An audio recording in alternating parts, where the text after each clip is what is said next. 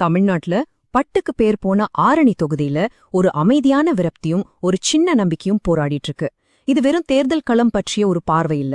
இங்க இருக்கிற மக்களோட உண்மையான பிரச்சனைகள் என்ன, அவங்களோட எதிர்காலத்தை வெறும் தேர்தல் வாக்குறுதிகள் இல்லாம தரவுகளோட அடிப்படையில எப்படி கட்டமைக்கலாம்னு ஆழமா பார்க்க போறோம். வாங்க ஆரணியோட கதைக்குள்ள போலாம். ஆரணியோட அடையாளமே பட்டுதான். தலைமுறை தலைமுறையா அந்த தறியோசைதான் அவங்களோட வாழ்க்கை. ஆனா இன்னைக்கு அந்த ஓசை மெல்ல குறைஞ்சிட்டு வருது. ஒரு காலத்துல பெருமையா இருந்த அதே தொழில் இப்போ பெரும் கவலைக்கும் பொருளாதார நெருக்கடிக்கும் காரணமா மாறிடுச்சு. சரி, முதல்ல சில முக்கியமான புள்ளி விவரங்களை பாத்திரலாம். ஆரணில 63% மக்கள் கிராமப்புறங்கள்ல தான் வாழறாங்க. இது வெறும் நம்பர் இல்ல.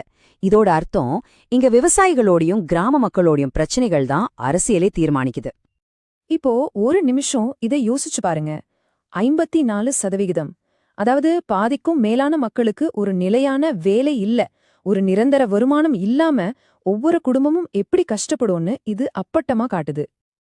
இந்த பொருளாதார நெருக்கடியோட அரசியல் விளைவு என்ன தெரியுமா? 2021 தேர்தல்ல வெற்றி தோல்வியை தீர்மானிச்சது வெறும் 3128 வாக்குகள் தான். இது ஏதோ ஒரு சாதாரண போட்டி இல்ல, இது ஒரு அரசியல் எச்சரிக்கை மணி.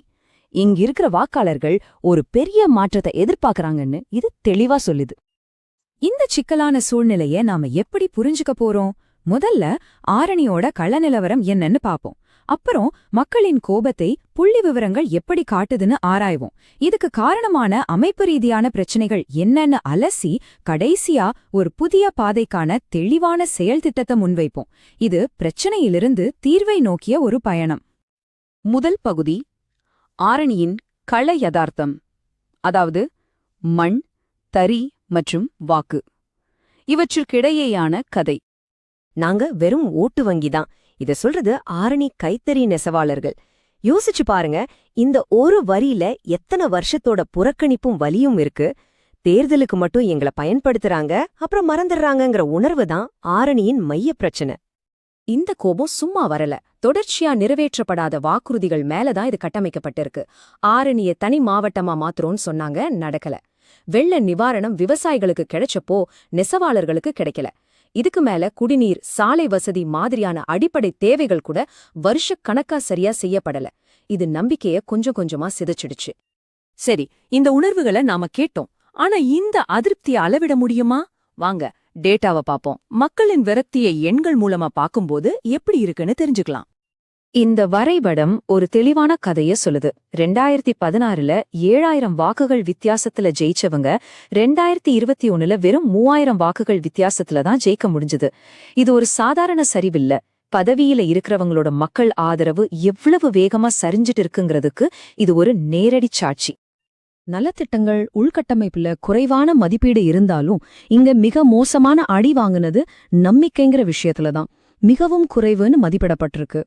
ஊழல் குற்றச்சாட்டுகள், நிறைவேற்றப்படாத வாக்குறுதிகள் தான் இதுக்கு காரணம். அரசியல்ல நம்பிக்கை தான் ஒரு ஆட்சியோட நாணயம். ஆனா ஆரணில அந்த கழகு கிட்டத்தட்ட காலியா இருக்கு. இதுவரைக்கும் நாம பார்த்தது நோயோட அறிகுறிகள் தான், அதாவது வாக்காளர்களோட கோவம், குறையும் வாக்கு வித்தியாசம். இப்போ நாம நோயோட மூல காரணத்தை கண்டுபிடிக்கணும். இது யாரோ ஒரு தனிநபரை குறை சொல்றதில்ல, மக்களுக்கு சேவை செய்ய வேண்டிய ஒரு சிஸ்டம் ஏன் தோல்வி அடையுதுன்னு புரிஞ்சுக்கிறது தான் முக்கியம். இது ஒரு நச்சு சுழற்சி மாறி. முதல்ல வேலைவாய்ப்பு இல்லாம, அடிப்படை வசதிகள் இல்லாம வளர்ச்சி இடைவெளி ஏற்படுது. இதனால நலத்திட்டங்கள் மேல மக்களுக்கு ஒரு சோர்வு வருது.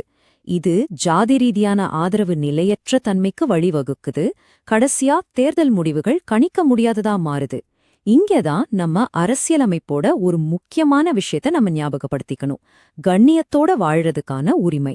இந்த மாதிரி ஒரு நிலையற்ற சூழல்ல மக்கள் தள்ளப்படும்போது அவங்களோட கண்ணியம் பாதிக்கப்படுது.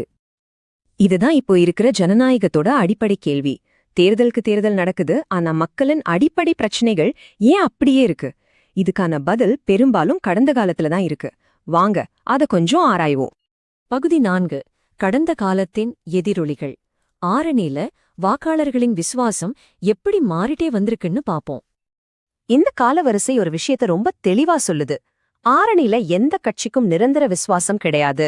வேலை செஞ்சா மக்கள் அங்கீகரிப்பாங்க, இல்லனா தண்டிப்பாங்க. முடிவுகள் கிடைக்கலனா மாற்றத்தை கொண்டு வர அவங்க தயங்க மாட்டாங்கன்னு ஆரணி வாக்காளர்கள் நிரூபிச்சிருக்காங்க. பிரச்சனைய சரியா புரிஞ்சுக்கிட்டாதான் தீர்வு நோக்கி நகர முடியும். இதோ இதுதான் நிர்வாகத்துக்கான ஒரு செயல் திட்டம்.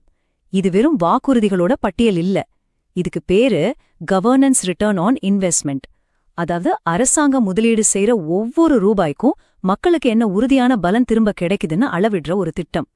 இந்த திட்டத்தோட இதயம் ஒரு ஒருங்கிணைந்த பட்டுப்பூங்காவுக்காக 150 கோடி ரூபாய் முதலீடு. ஏன்னா நம்ம முன்னாடியே பார்த்த 54% வேலையில்லாத பிரச்சனைக்கு இது நேரடியான தீர்வு. சுமார் 5000 வேலைவாய்ப்புகளை உருவாக்குறது மூலமா ஆரணியோட பாரம்பரியத்தை மீட்கிறது மட்டும் இல்லாம அதோட பெரிய பொருளாதார நெருக்கடியையும் இது சரி செய்யும். ஆனா ஒரே ஒரு திட்டம் மட்டும் பத்தாது. இது மக்களின் வாழ்க்கை தரத்தை மேம்படுத்துற ஒரு பன்மன முதலீடு. 90% வீடுகளுக்கு சுத்தமான குடிநீர் கிடைக்க 120 கோடி, பயண நேரத்தை குறைக்க நல்ல சாலைகளுக்கு 60 கோடி, நெசவாளர்களுக்கு நேரடி ஆதரவா இலவச மின்சாரம், 100 நாள் வேலை திட்டம், வீட்டு வசதி, மருத்துவ காப்பீடு மாதிரியான சமூக பாதுகாப்பு திட்டங்களை இன்னும் விரிவுபடுத்துறது. இந்த பட்டியல்ல இருக்கிற ஒவ்வொரு விஷயமும் நாம முன்னாடி பார்த்த ஒரு குறிப்பிட்ட பிரச்சனைக்கான தீர்வு. இந்த திட்டம் 2 வழிகள்ல ஒரே நேரத்துல செயல்படும். ஒன்னு, பட்டுப்பூங்கா தனி மாவட்டம் மாதிரியான நீண்ட கால பார்வை. ஆனா அதுவரைக்கும் மக்கள் காத்திருக்க முடியாது. அதனால உடனடி நடவடிக்கைகளும் முக்கியம். மக்களின் குறைகளை உடனுக்குடன் தீர்க்க குறைதீர்ப்பு மையங்கள், சின்ன சின்ன உள்கட்டமைப்பு பழுதுபார்ப்புகள். இந்த தரவு அடிப்படையிலான தீர்வுகளை செயல்படுத்தும்போது இந்தியாவின் டிபிடிபி சட்டத்தின்படி ஒவ்வொரு குடிமகனோட தனிப்பட்ட தகவல்களின் தனியுரிமை பாதுகாக்கப்படும். தரவுகளை வச்ச நல்லாட்சி கொடுக்கறதுனா மக்களின் தரவுகளையும் அவங்க கண்ணியத்தையும் பாதுகாக்கிறதுன்னு அர்த்தம். நாம இப்போ இறுதி பார்வைக்கு வரோம். இது வெறும் ஒரு தொகுதிக்கான திட்டம் மட்டும் இல்ல. இது நிர்வாகத்தையே நம்ம பாக்குற விதத்தையே மாத்துறத பற்றியது. அதாவது பழைய வாக்குறுதிகள் உலகத்திலிருந்து நிரூபிக்கப்பட்ட முடிவுகளோட புதிய உலகத்துக்கு மாறுறது. ஆட்சிங்கிறது ஒரு வாக்குறுதி இல்ல, அது அளவிடக்கூடிய செஞ்சு முடிச்சதுக்கான ஆதாரம். இது ஒரு எளிமையான ஆனா சக்தி வாய்ந்த தத்துவம். இது வெளிப்படைத்தன்மைய கேக்குது, இது பொறுப்புடைமைய கேக்குது.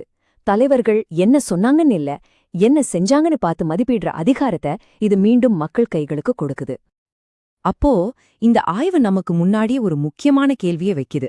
நாம இன்னும் பழைய அடையாள அரசியல், வெற்று முழக்கங்கள் பின்னாலேயே போக போறோமா, இல்ல நிர்வாகத்துல செஞ்ச முதலீட்டுக்கு மக்களுக்கு என்ன பலன் கிடைச்சதுங்கிற ஒரு புதிய அரசியல் மொழிய பேச போறோமா? ஆரணி சந்திக்கிற இந்த தேர்வு ஒரு விதத்துல நம்ம ஒட்டுமொத்த ஜனநாயகமும் சந்திக்கிற ஒரு தேர்வு. இது ஒரு தொகுதிக்கான செயல் திட்டத்தின் ஆழமான பார்வை. ஆனால் இதன் கொள்கைகள் உலகளாவியவை. இது அரசியலுக்கு அப்பாற்பட்ட ஒரு நோக்கத்தை பற்றியது. நீங்கள் ஒரு மக்கள் மையத் தலைவராக மாறி உங்கள் தொகுதியை மேம்படுத்த விரும்பினால் blueprintstrategies.ai ஐ mgr@blueprintstrategies.ai என்ற மின்னஞ்சல் முகவரியில் தொடர்பு கொள்ளவும், அல்லது 080 4204 1602 என்ற எண்ணிற்கு அழைக்கவும். அரசியலுக்கு அப்பாற்பட்ட ஒரு நோக்கம்.